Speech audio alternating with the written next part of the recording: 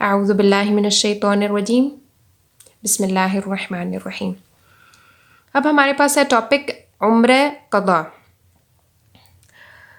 آپ کو پتہ نا آپ صلی اللہ علیہ وسلم اور آپ صلی اللہ علیہ وسلم کے ساتھ بہت سارے صحابہ تھے جو ایک دفعہ آپ کا خواب آیا تھا کہ ہم لوگ عمرہ کرنے جا رہے ہیں، اس میں وہ سب عمرہ کرنے گئے تھے لیکن نہیں ہو پایا کیونکہ یہودیوں نے مشرکین نے ان کو اندر نہیں آنے مکہ کے اندر نہیں آنے دیا تھا، تو وہیں پہ انہوں نے قربانی وغیرہ کی، بال منڈوائے اور واپس آ گئے تھے۔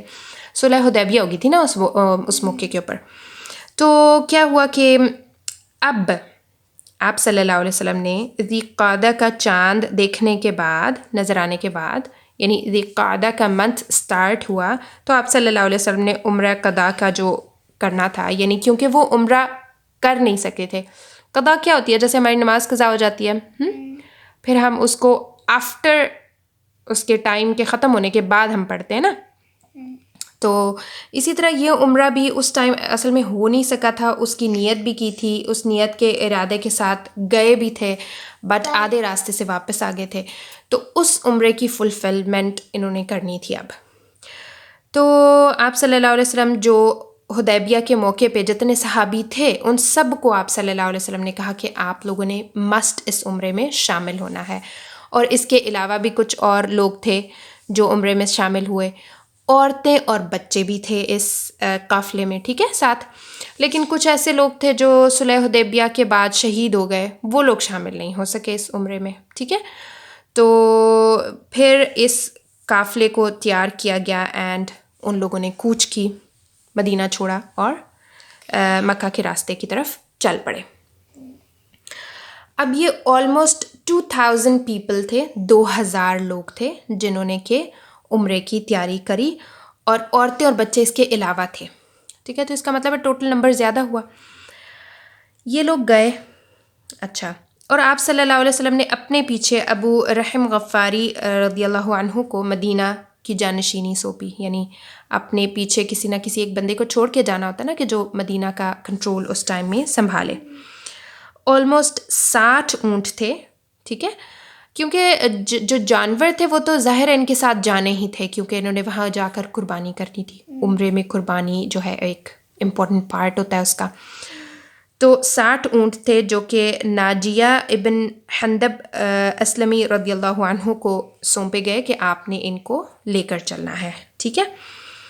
پھر ذوالحلیفہ کا ایک مقام آیا، it's a name of a place, وہاں سے آپ صلی اللہ علیہ وسلم نے اور صحابہ نے احرام باندھا۔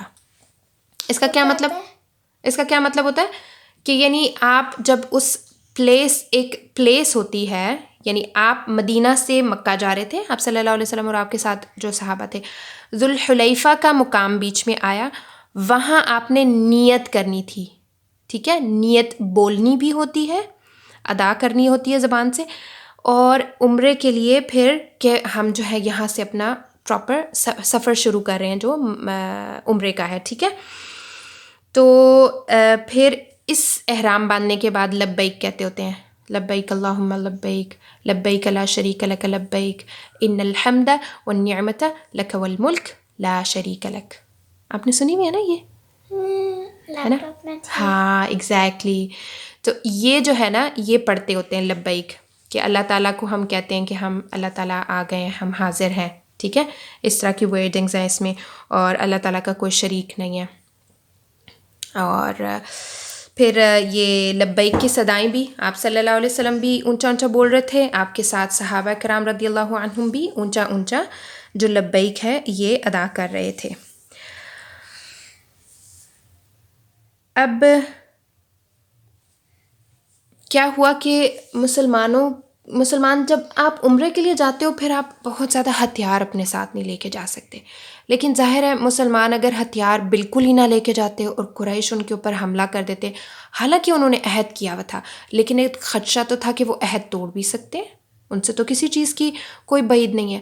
تو اس لیے مسلمانوں کے پاس بہت سارا ہتھیار تھا کہ ان کو خدشہ تھا کہ ہو سکتا ہے قریش کوئی بدعہدی کر دیں، کوئی ہلہ بول دیں اور مسئلہ ہو جائے، تو اس کے لیے ہتھیار وہ لے کے تو گئے، لیکن جب آپ عمرہ یا حج کرنے جاتے ہو تو اپنے ساتھ ہتھیار خانہ کعبہ کے اندر نہیں لے کے جا سکتے، ٹھیک ہے، اور وہ بھی ننگے ہتھیار، یعنی جو تلوار ہوتی ہے وہ بغیر میان کے، یا تیر ہوتے ہیں وہ آپ نہیں لے کے جا سکتے، کیونکہ ظاہر ہے آپ جب طواف کر رہے ہو کسی کو لگ سکتا ہے تیر، تو اس ساری چیزوں کے پیش نظر، اس چیزوں کو سوچتے ہوئے یہ کہا گیا ہے کہ جو شخص عمرہ اور حج کرنے جاتا ہے وہ اس طرح کے ہتھیار اپنے ساتھ نہیں لے کے جا سکتا۔ تو اب مسلمانوں کے پاس جو سارے ہتھیار تھے نا، وہ انہوں نے ایک وادی یجج، ٹھیک ہے، اس وادی کے پاس جو ہے نا وہ سارے کے سارے ہتھیار رکھے۔ اب اس ہتھیار جب انہوں نے رکھے تو ظاہر ہے ان کو کوئی حفاظت کرنے کے لیے بھی انہوں نے چھوڑنا تھا، ادروائز وہ تو کوئی بھی چوری کر سکتا تھا، رائٹ؟ تو وہاں پر جو ہے ایک صحابی ہیں حضرت اوس رضی اللہ عنہ، وہ وہاں پر رکے اور ان کے ساتھ 2 اور لوگ تھے جو ہتھیاروں کی حفاظت کے لیے رکے تھے، ٹھیک ہے۔ لیکن مسلمانوں نے نا ایک جو تلوار تھی وہ اپنے پاس میان میں رکھی ہوئی تھی، آپ کو پتہ نا وہ ہوتی ہے یہاں پہ ایک بڑی سی بیلٹ ٹائپ سی ہوتی ہے، اس کے اندر ایسے سوارڈ ڈالتے ہیں اور اس کو ایسے نکالتے ہیں، وہ بس ایک تلوار آپ صلی اللہ علیہ وسلم کے ساتھ بھی اور جو صحابی تھے نا ان کے پاس موجود تھی، ٹھیک ہے۔ اب مکہ میں داخل ہو رہے تھے آپ صلی اللہ علیہ وسلم، اور آپ صلی اللہ علیہ وسلم اپنی اونٹنی کے اوپر سوار تھے جس کا نام تھا قصوہ، رائٹ؟ پھر سارے لوگ لبیک بول رہے تھے، کیونکہ جب آپ احرام باندھ لیتے ہو، احرام کے بعد پھر آپ کو اونچی آواز سے لبیک بولنا چاہیے، اچھا ہوتا ہے، ٹھیک ہے، یہ ہمیں ایک ریکمینڈڈ سنت ہے آپ صلی اللہ علیہ وسلم کی طرف سے۔ تو جب مشرکین نے دیکھا کہ آ رہے ہیں تو انہوں نے دیکھا تو انہوں نے کہا ہائے یہ سارے تو بخار کے ساتھ آ رہے ہیں، مطلب یہ تو بہت ہی کمزور ہو گئے ہیں، مکہ سے جیسے نکلے ہیں تو مکہ والوں کے جو لوگ تھے مکہ سے جو ہجرت کر کے گئے تھے ان کی تو کوئی صحت ہی نہیں رہی، یہ تو کتنے بیمار لاغر سے لوگ لگ رہے ہیں۔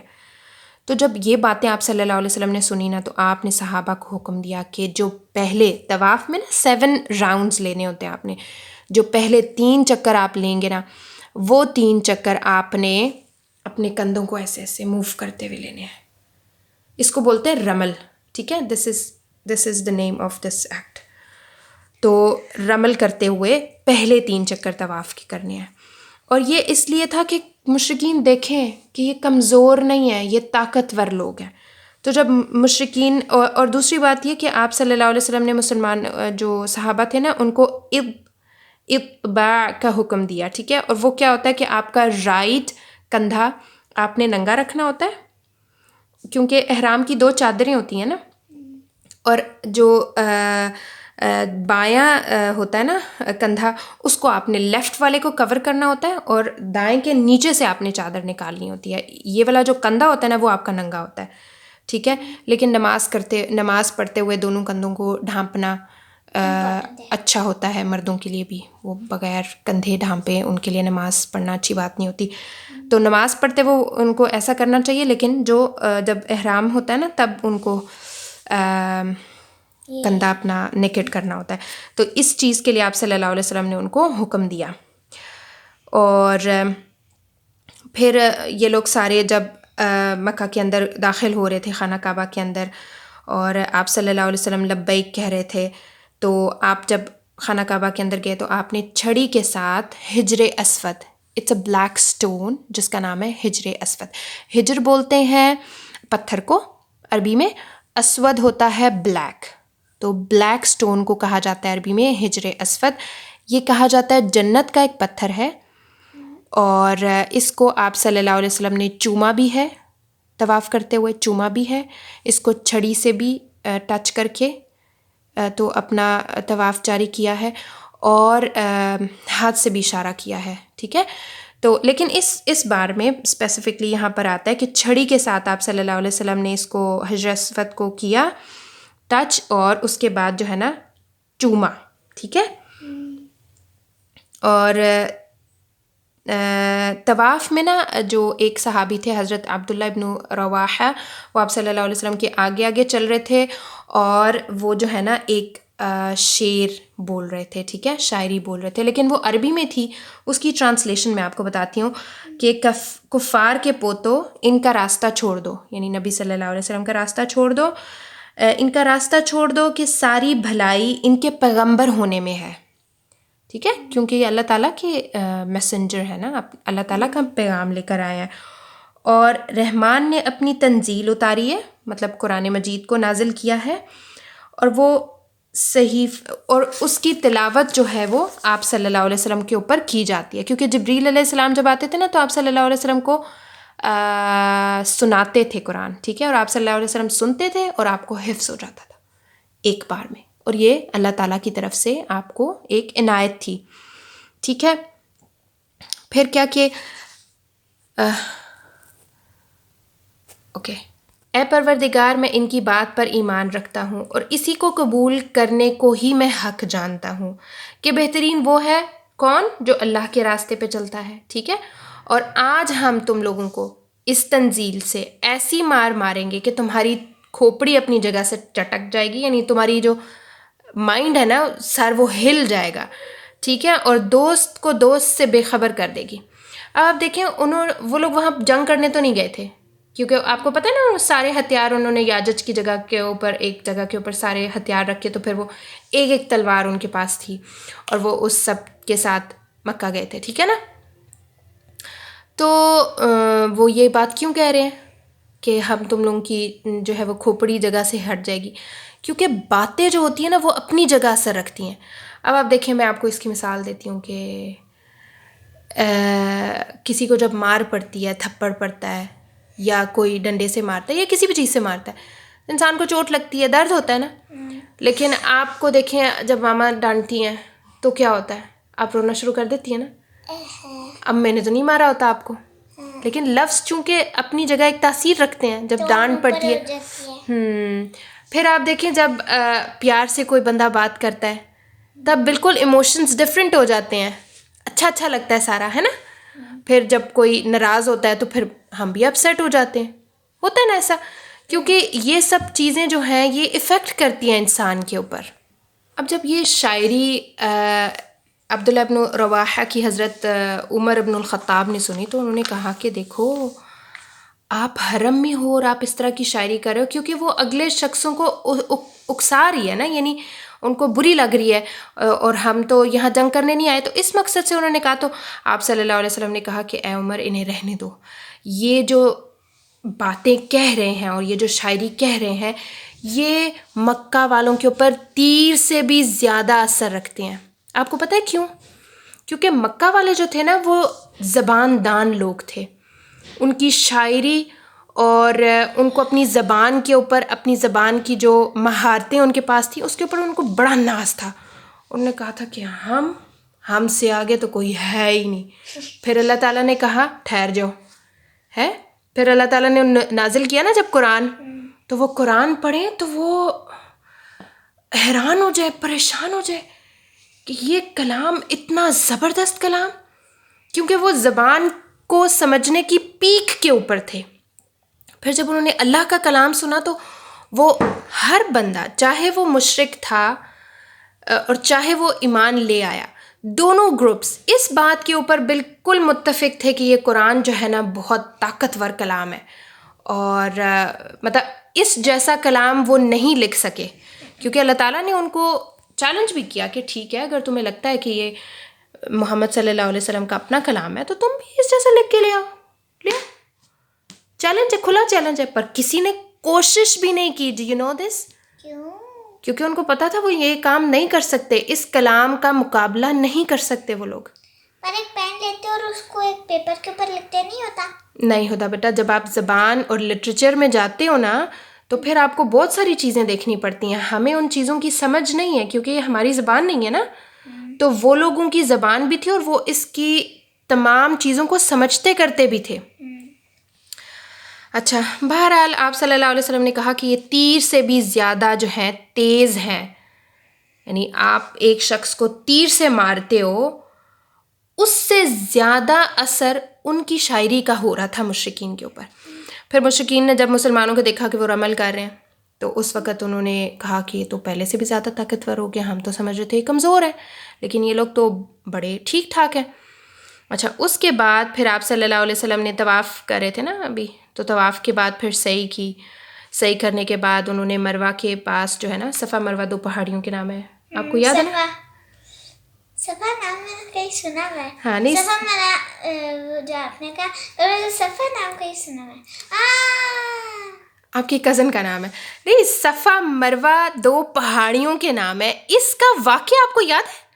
ہاں ایک عورت تھی حضرت حاجر رضی اللہ عنہ علیہ السلام. وہ جب بیبی تھے تب ان کی ماما ہاں، حضرت اسماعیل علیہ السلام بیبی تھے. جب بیبی تھے تب 7 ٹائمز اوپر نیچے ہوتی رہی ہے. اوپر نیچے ایسے ہوتا ہے پہاڑیوں کے بیچ میں ایسے نہیں ہوتا.